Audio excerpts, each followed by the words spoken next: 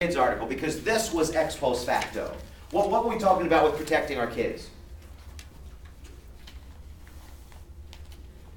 The idea that you shouldn't live too close to a school, child care facility, or in some instances, places where children gather. People with sex offenders. Sex offenders should not. How was this an ex post facto law?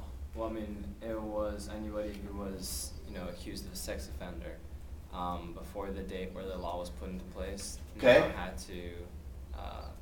Now could not live in that area. Now had to move, yeah. So basically what they're saying is, if you got convicted of a sex offender in 1998, and then they pass a law all the way over here in 2015 that says convicted sex offenders cannot live within a quarter mile of a school, even though, in theory, this law would take effect tomorrow or next month or in July at the beginning of the budget year, this law would be retroactive and it would apply to you with what you had done in 1998. So the argument is they want to do everything they can to protect the kids, but on the other hand, the argument of some folks was, wait a minute, this is an ex post facto law, this is a retroactive punishment for something that was not going to be punishable this way prior to the passage of this law. These laws have maintained their place at this point. But notice in here under the links, and it's kind of a big deal to go ahead and take a look at this. When you check out the links, and bear with me as this runs slow, there was the Georgia sex offense law that I posted, and that was one of the most difficult ones in the country because if you remember, the Georgia sex offender laws dealt with any child care facility, working, living, loitering, any place that children could gather. So it could be at a school, obviously, it could be at a mall, it could be at a baseball game, it could be at a public park. All of these places would be very difficult to do. And you'll notice, you know what, I'll make sure that I have the Georgia one in there. I'll also make sure that I add naked man drinking coffee. Don't forget naked man Maya smiles. Don't forget naked man drinking coffee. If you remember, the mother and the child walked by the window, saw him naked drinking coffee. He was originally charged and would have really been considered a sex offender. And if you remember, what was it that they said? Why was he cleared? What did the police think? Because the woman walked through his property. That was a piece, but there was a bigger piece to it. The police said that they thought that he wanted to be seen naked, and they could not prove that, in fact, when they got to court, so this was dropped. What, in fact, should they have done? Instead of charging him with a crime, drinking coffee naked in front of the window. Police needed to do something first. They needed to give him a warning, and they didn't give him a warning. So I'll make sure that I add those two to be sure that those are in. In this chapter, how a bill becomes a law, we talked about, we're probably going to deal with executive order a little bit in tomorrow's classes, so we'll make sure that we get executive order covered, but that was the Saturday Night Live video that I had shown you. Let's get into the presidency chapter and go fairly quick with this. Presidency chapter. Do y'all have any questions about any of the terms at this point? Tomorrow, to give you an idea, we are going to deal with executive agreement, executive order, executive privilege, pardon, and the Nixon cases. We're basically going to finish all of these. So do you have any questions about Article 2, 22nd Amendment, 25th Amendment, characteristics of the president, or Youngstown versus Sawyer? At 11 o'clock, y'all will have different terms, but I'll make sure that it's clear in tomorrow's class. Anybody with any questions about these? What are the four parts of what does Article 2 say? What are the characteristics of the president? Uh-oh, gonna be a long day. President has got to be what minimum age? 35. 35. What's the presidential term? 2 4-year terms. 2 4-year terms, maybe a little bit longer. We'll get into that a little bit later. Term limits, 2 4-year terms. Well, what's that? They don't have to follow each other. They don't have to follow each other. No, they don't. Anything else? Something that's really big that we've covered in all three classes. It's 2 4-year terms plus 1 year in another office. Must be natural born citizen. plus 1 year in another office. Isn't it if you're part One of it or term, something? like if you stop being the president, you can go into the Senate or something. I don't know, No, isn't hold it on. if you, like, take a leave per se, Yeah, and then you can finish out your term and then, potentially fulfill another X amount of years? there's one big one that I need. The president's 35, the president serves 2 4-year terms. Go ahead.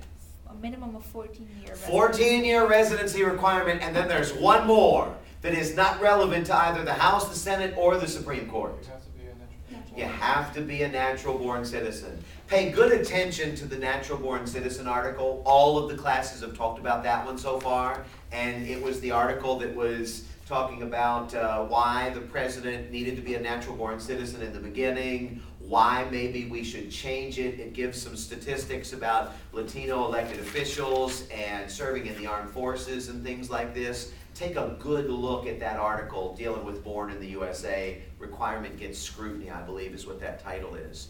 22nd Amendment. What does the 22nd Amendment say specifically? Because if I'm not mistaken, all of the classes have dealt with that too. Go ahead. No person shall be elected to the office of the president more than twice. No person who has held the office of president or acted as president for more than 2 years of a term, which some other person is elected. President shall be elected in the office more than once. Yeah, And cannot okay. go over 10 years. If you are going, yeah, the 10-year part is a big one. I was getting ready to ask you that. Number one, you only serve 2 4-year terms. So you can serve them back to back. So Barack got elected in 08, Barack got reelected in 12. Or you could serve them 2 separate times. Grover Cleveland did that, where he was elected once, took some time, and then came back and was elected again. Either way, you can only serve the 2 terms, the 8 years, if you are elected from day one. Now, if you're the vice president and something happens to the president, when would you be allowed to be elected twice, and when would you only be allowed to be elected once? Because we've talked about this in all the classes. Go ahead. You will be allowed to elect it twice if the president died the first half year of his presidency. You're close. You're really close. If you serve less than half of the president's term, then you can come back and be elected and then be reelected, so it can go up to 10 years. I think you said if you came in the first half of the president's term, which would technically be over half. You see what I mean? So with this in mind, if the president were to die in year 3, which means it's after the halfway point of his or her 4-year term, then at that point you can serve 2 additional terms as long as you can get elected. If the president were to die in year 2, which means it is over half of the term that you would be serving, then you could only be elected once, and then that would be it. So it cannot go over 10 years. It cannot go over 10 years. Couple of other things, and just real quick, the 25th Amendment. We talked about this in the 9 o'clock, we talked about this in the 10 o'clock, we're going to talk about this in the 11 o'clock. What is the 25th Amendment, as y'all understand it? Go ahead. In case of removal of the president from office or his death or resignation, the vice president shall become president. There's 4 sections to this. Okay, the first section says that if something happens to the president, the vice president takes over. That's pretty straightforward and it's not very controversial. What does the second section say? Whenever there is a vacancy in the office of the vice president, the president shall nominate a vice president who shall take office upon confirmation by a majority vote of both houses of Congress. If something happens to the vice president, the president can nominate a new vice president, and then this person would be subject to consent, not just of the Senate, but of the House and the Senate of the entire Congress. That had not really been put in the Constitution before. Although it's commonsensical, they needed that. Now, the third section is where it starts getting weird. What does the third section say? It says the president can voluntarily give up office. If the president submits in writing to the Speaker of the House and the President pro tem of the Senate his inability to maintain office, he can actually step aside and then the Vice President would assume the office of the presidency. We had talked about this within the context of Air Force One. Well, no, let me rephrase that. We had talked about this within the context of if somebody was injured in office, like a president was shot or they had a medical procedure and they were going to be medicated pretty strongly for a couple of days, you sign over the presidency, and then when the scare passes, the medication wears off, you sign back to it. That would be one example. We talked about this idea, not just of the injury idea, but maybe if there was substance abuse. Somebody in one of the classes had said scandal, and there was a sense that maybe Bill Clinton could have conceivably used the 22nd Amendment, given away the presidency for a while, handled his legal business, and then come back at the end of the scandal and then finish the presidency. And I think I had mentioned the West Wing in one of the classes, the idea that the president's daughter disappeared on the TV show The West Wing, and when the president's daughter disappeared, he signed the powers over to the vice president. And that way he could focus on his daughter, and he could focus on the country because there was fear that the terrorists had taken the daughter, kind of thing. But when the president the scare is over, whether it's the family thing, whether it's the health thing, whether it's the scandal thing, whether it's the alcohol abuse thing, whatever it would be, the president can say, I'm ready, and then the president will take it back. What's Section 4, though? And this is the one that really is the most disconcerting. Go ahead. Telling the president that he is unfit to do his job. Who tells the president this? Congress. Not Congress. It's the vice president and a majority of the president's cabinet. So when the vice president and a majority of the president's cabinet submit in writing to the president pro tem, the Senate Speaker of the House, that the president is unable to fulfill his duties, then the vice president will take over. And if you remember on this one, only the vice president and a majority of the cabinet can give it back. And this was the Air Force One example that I had given you, where Harrison Ford was the president, and then of course there was the first lady, and the first child on the plane, and the Russians took over Air Force One, and the Russians were threatening to kill the first child, and the president started to try and release some terror suspects. Well, the vice president and a majority of the cabinet at that point started thinking we can remove him from president, so in fact he will not be able to do these things because he's not thinking like a president. What was he thinking like? A father and a husband. And ultimately, I don't want to give away the movie, but in fact, they could conceivably do this. This has not been used, not even for Nixon or some of these other folks. But these are basically the terms. Tomorrow, I'm going to adjust these based upon how far we get. One last piece today, and I know we're coming up on that hour time. You got the Chapter 12 articles. You got birthers and born in the USA for sure. Take a good look at those. The born in the USA one everybody has had, and that's the one that we were just talking about dealing with possibly amending the Constitution. The 11 o'clock folk, you're going to get this one tomorrow, but everybody else has it. The birthers, talking about where President Obama has been, was born, and the scandal that's behind this, and this political movement. And you'll notice a couple of things in here, and let me get back in here real quick.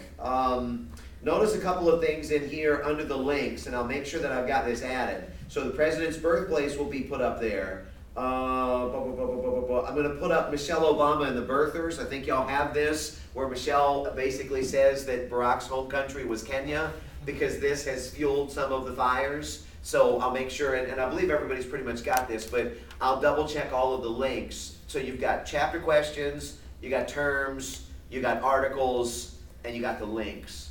Does anybody have any questions? For you guys in the 11 o'clock, just to clarify on this, y'all are also going to have the 3 terms, tax and spend power. You're going to have privileges and immunities clause from chapter 3, and y'all are going to have the full faith and credit clause. And that's where we are. So any other questions? I will give y'all the room assignments tomorrow. I don't have one room for 4 hours this time, but I have one room for an hour and a half, which is going to be from 8:30 to 9:50. And then I've got the other room that goes from 10 to 12:30. And they're all going to be in humanities, so it shouldn't be too difficult to find. Okay, if that's all you got, if you'll go ahead and hit it.